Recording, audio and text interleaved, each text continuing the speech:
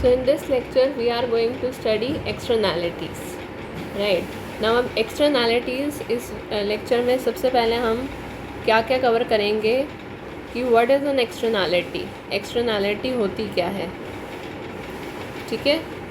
externality होती क्या है, उसके types क्या होते हैं, and externality and market की जो inefficiency है, externality and मार्केट इनएफिशिएंसी ये आपस में कैसे लिंक्ड है. Inefficiency. Alright, so first of all what is an externality. So what is an externality. So externality जो है क्या होता है, देखो, sometimes in the process of consuming और producing certain goods, can right like this, sometimes in process of consuming or producing certain goods, consuming or producing certain goods, साथ साथ लिखेंगे ना तो आपके माइंड में भी रहेगा एंड बेसिकली कंसेप्ट भी अंडरस्टैंड होगा, है ना. तो इसलिए मैं स्पेशली लिख रही हूँ. So sometimes in the process of consuming or producing certain goods, there are some harmful or beneficial side effects. There are harmful or beneficial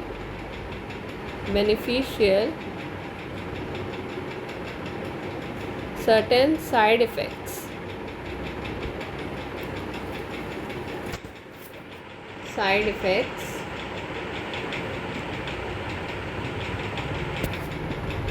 And that are borne by the people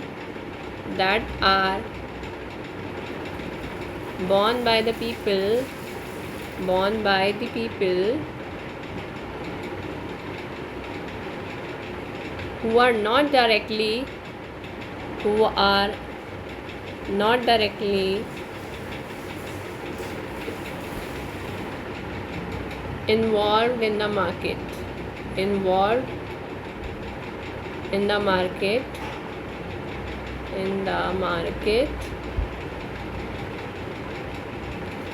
and these effects are called externalities, and these effects are called externalities.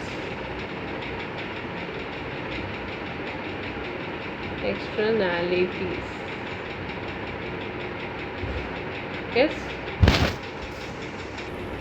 So there are two types of externalities. Questions है था हमारा कि what are types of externalities. So there are two types of externalities. अब कौन कौन सी हैं ये देखते हैं हम. So पॉजिटिव और नेगेटिव दोनों तरह के साइड इफ़ेक्ट होते हैं.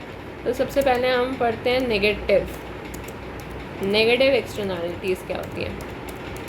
Negative externalities, let understand the concept. Okay, negative externality.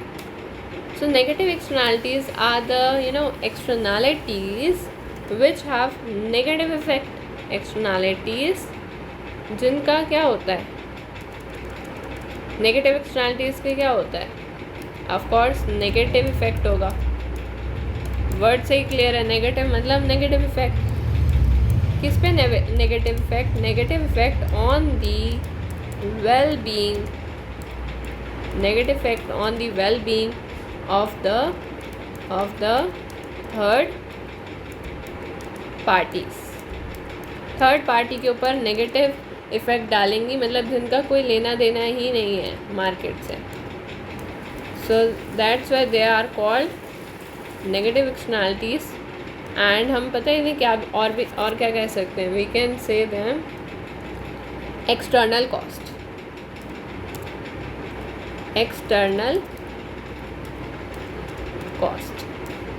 हम इन एक्सटर्नल कॉस्ट भी कह सकते हैं, ठीक है. अब दूसरी तरह की एक्सटर्नैलिटी की बात करते हैं, that is positive externality.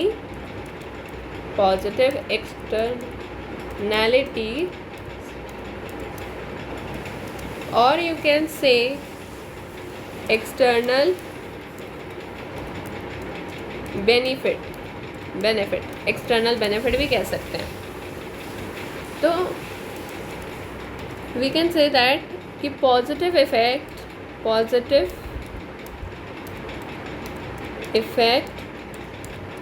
on the well-being of positive effect on the well-being of the third parties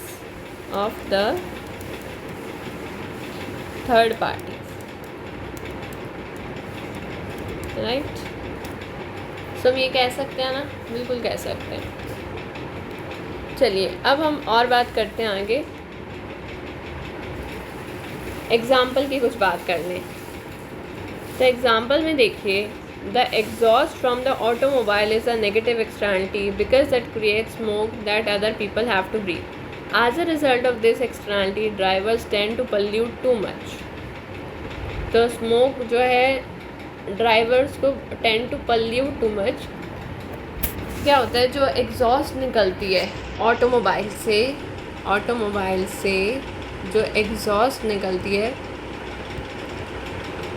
वो एक नेगेटिव एक्सटर्नलिटी का ही तो एग्जांपल है। बिकॉज उससे क्या निकलता है, उससे निकलता है स्मोक, और स्मोक से होता है पल्यूशन, और पल्यूशन से जो हम एयर ब्रीथ करते हैं वो हो जाती है polluted. So the federal government attempts to solve this problem by setting emission standard for cars.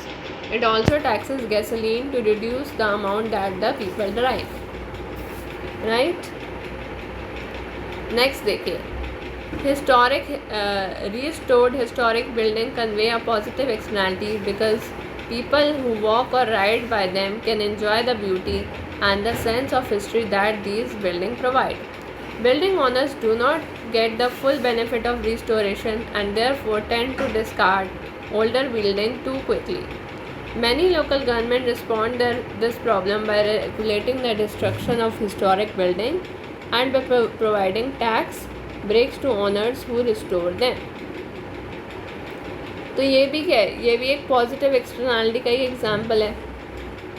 Next देखते हैं, सी।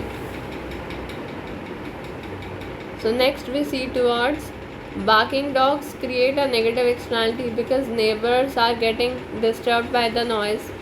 Dog owners do not bear the full cost of noise and therefore tend to take too few precautions to prevent their dogs from barking. Local governments address this problem by making it illegal to disturb the peace. Local government ने क्या किया है, इस problem को illegal बोला है और disturb करने के लिए लोगों का पीस।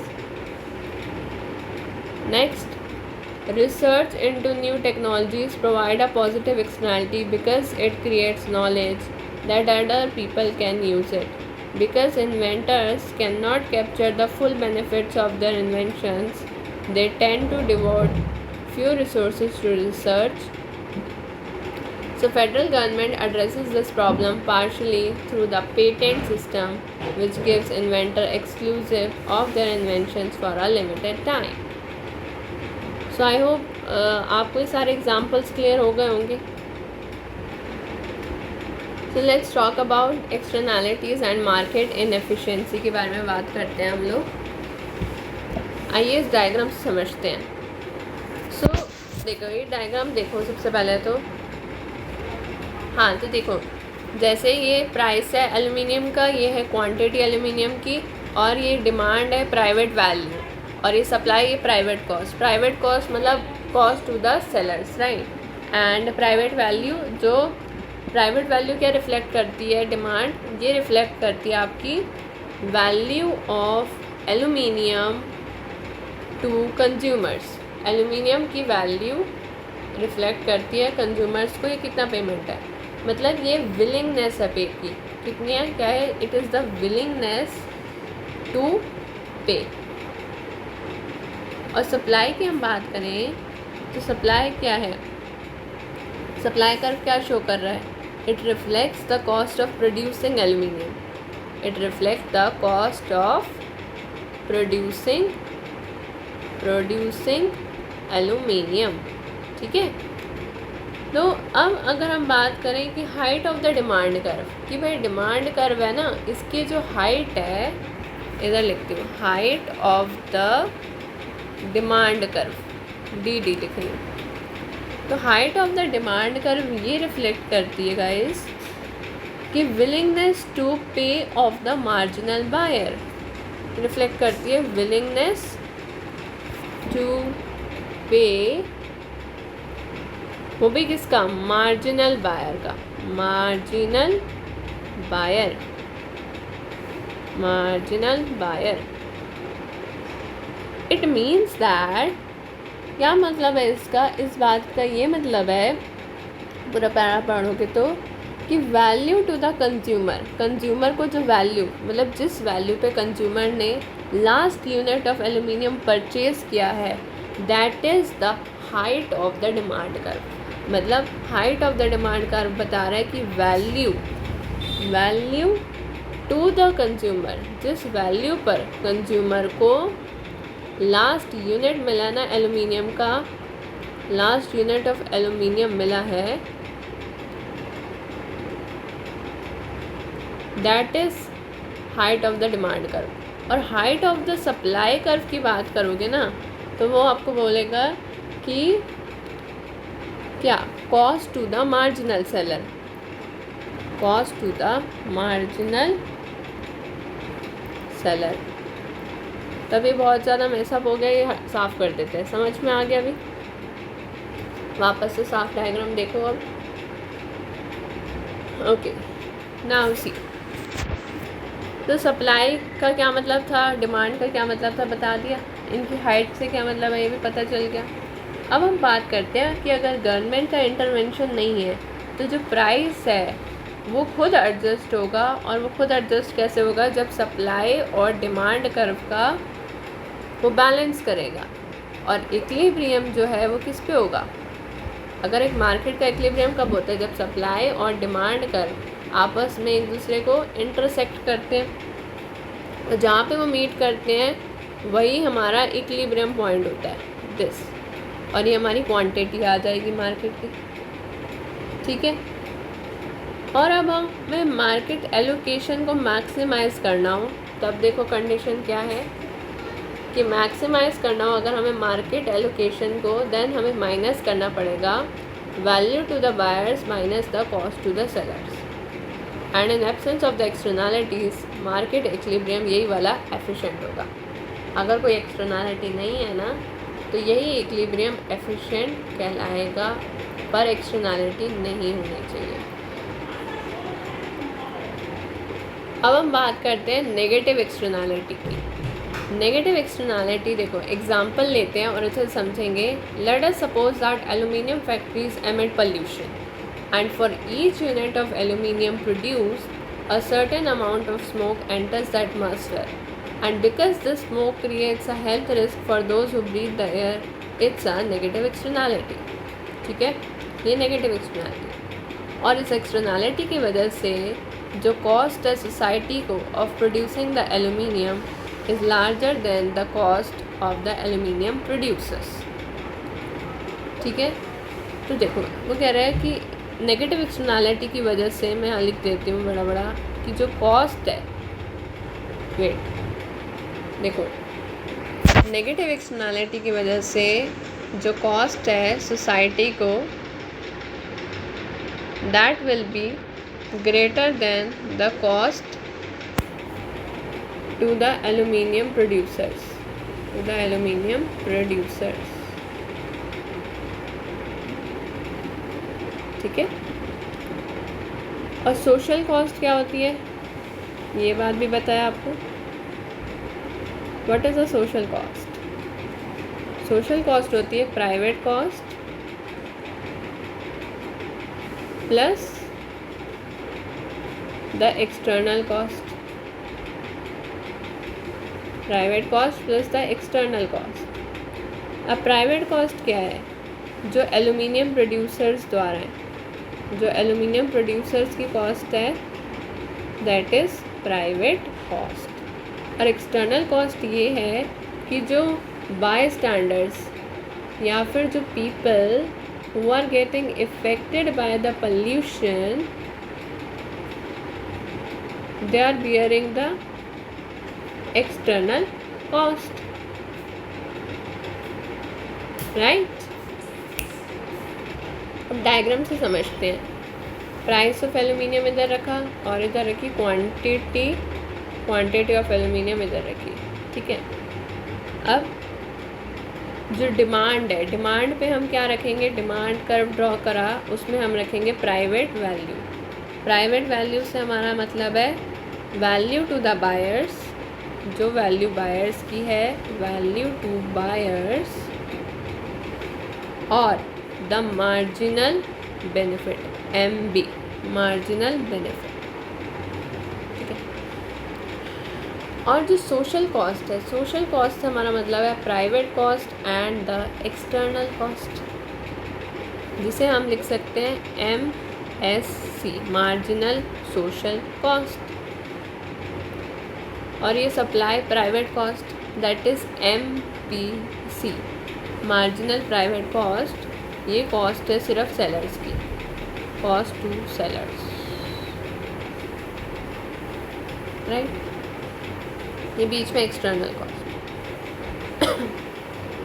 तब देखो जो इक्विलिब्रियम पॉइंट के लिए हमारी क्या कंडीशन होगी, इक्विलिब्रियम पॉइंट के लिए, इक्विलिब्रियम पॉइंट वही होगा हमारा जहाँ पर हमारी जो marginal,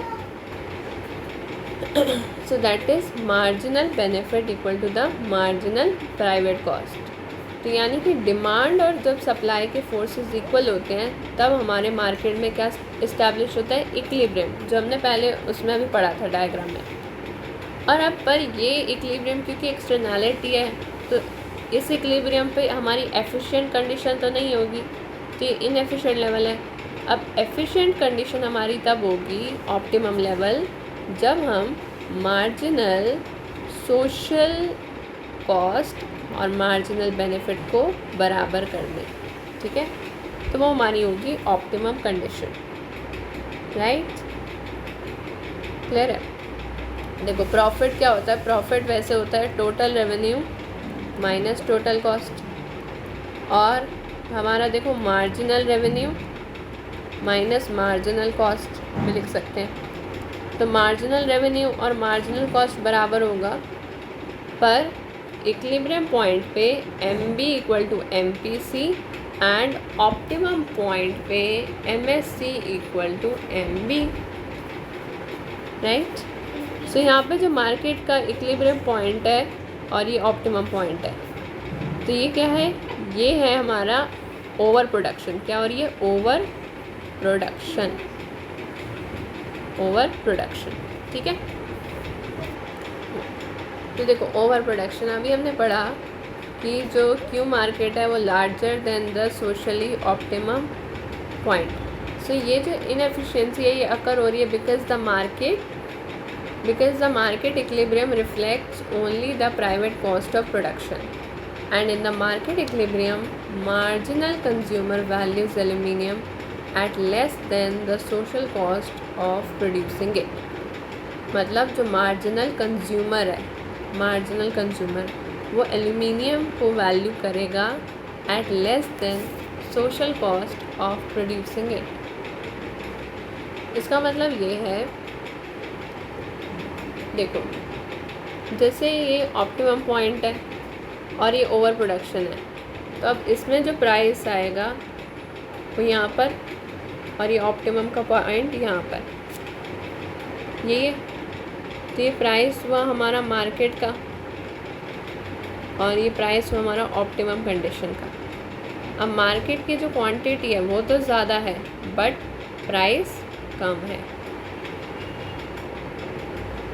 so that's why it is saying कि in the market equilibrium marginal consumer values aluminium at less than social cost of producing it. So demand curve lies below the social cost curve, thus reducing the aluminium production and consumption below the market raises the total economic well-being. ठीक है। अब बात है कि इसे internalise कैसे करना है।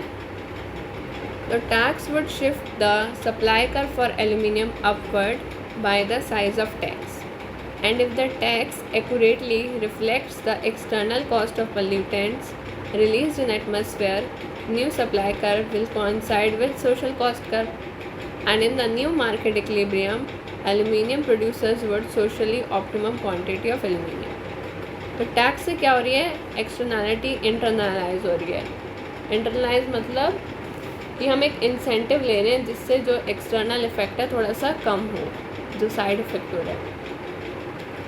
तो एल्यूमिनियम प्रोड्यूसर्स जो है would in essence take the cost of pollution into account when deciding how much aluminium to supply, because tax would make them pay for these external cost. Clear है. तो ये थी हमारे नेगेटिव एक्सटर्नैलिटी का concept. अब हम पढ़ेंगे positive externality. Positive externality. Positive externality का सबसे अच्छा एग्जांपल है एजुकेशन. देखो, एजुकेशन एक बहुत ही अच्छा एग्जांपल है. एजुकेशन का बहुत बेनिफिट होता है. प्राइवेटली तो बेनिफिट होता ही है, उसके अलावा क्या बेनिफिट होता है कि जो कंज्यूमर होता है एजुकेशन का, उससे वो मोर प्रोडक्टिव वर्कर बनते हैं. और बेनिफिट में क्या होता है, हायर वेजेस मिलती हैं. और एजुकेटेड पीपल ज़्यादा होंगे तो वोटर्स भी क्या होंगे, एजुकेटेड होंगे. वोटर्स एजुकेटेड होंगे तो गवर्नमेंट भी सबके लिए बेटर बनेगी. और क्या फ़ायदा होता है एक्सटर्नैलिटी का कि क्राइम रेट कम हो जाता है, लोग चोरी वगैरह नहीं करेंगे. एंड लास्टली टेक्नोलॉजी का डेवलपमेंट होगा जिससे हायर प्रोडक्टिविटी होगी, और हायर प्रोडक्टिविटी होगी तो वेजेस भी सबके लिए हायर होंगे.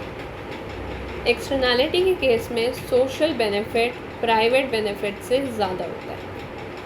मतलब सोशली भी फ़ायदा हो रहा है, प्राइवेट इतना फ़ायदा नहीं हो रहा है जितना सोशली हो रहा है. जैसे सोशली 3 बेनिफिट आपको बताया मैंने कि better government, higher productivity and wages for everyone, good technology, lower crime rates. Now let's understand the diagram. This is the supply, the private cost.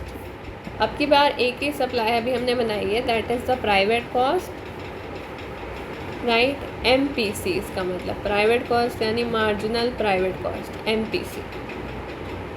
अब बेनिफिट इसमें ज़्यादा है तो डिमांड कर्व 2 बनाएंगे. एक डिमांड कर्व जिसमें marginal private benefit MPB and social value यानी कि मार्जिनल सोशल बेनिफिट जिसमें आएगा आपका प्राइवेट बेनिफिट और एक्सटर्नल बेनिफिट. जो हमें बेनिफिट हो रहा है MPB plus external benefit MEB, दोनों आएंगे आपके.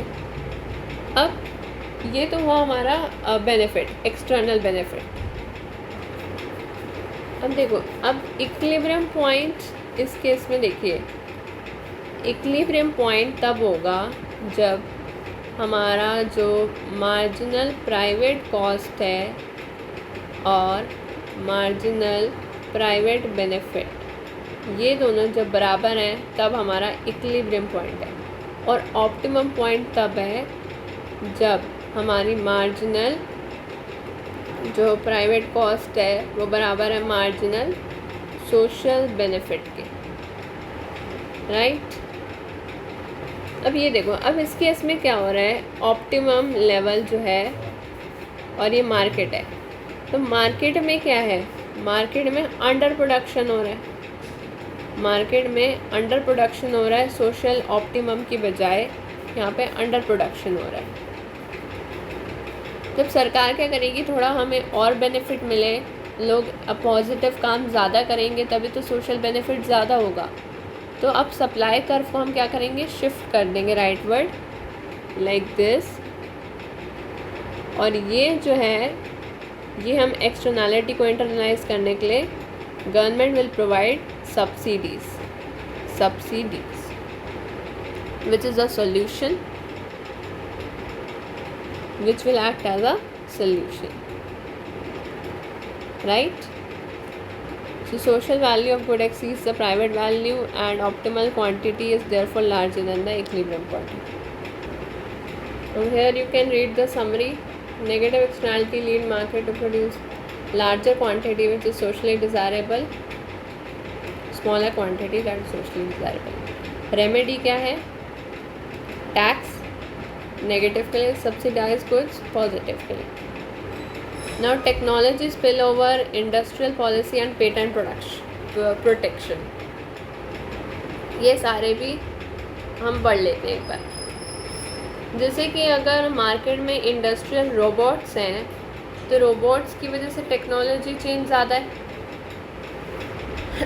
टेक्नोलॉजी चेंज ज़्यादा है तो सिर्फ फर्म को तो बेनिफिट नहीं होगा, सोसाइटी को भी बेनिफिट होगा, मतलब ये पॉजिटिव एक्सटर्नैलिटी है।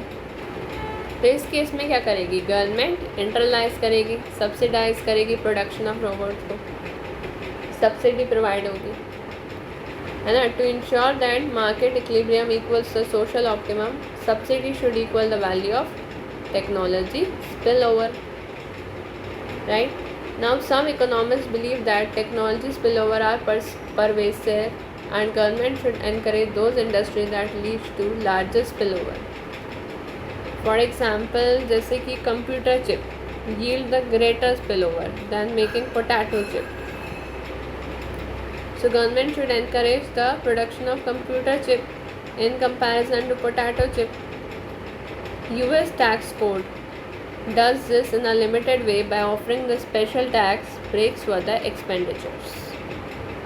And government intervention in the economy that aims to promote technology enhancing industry is called the industrial policy. Another way to deal with technology spillover is patent protection.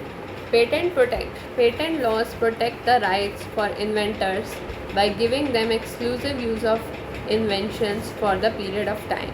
And when firm makes technology breakthrough, it can patent the idea and capture the economic benefit for itself.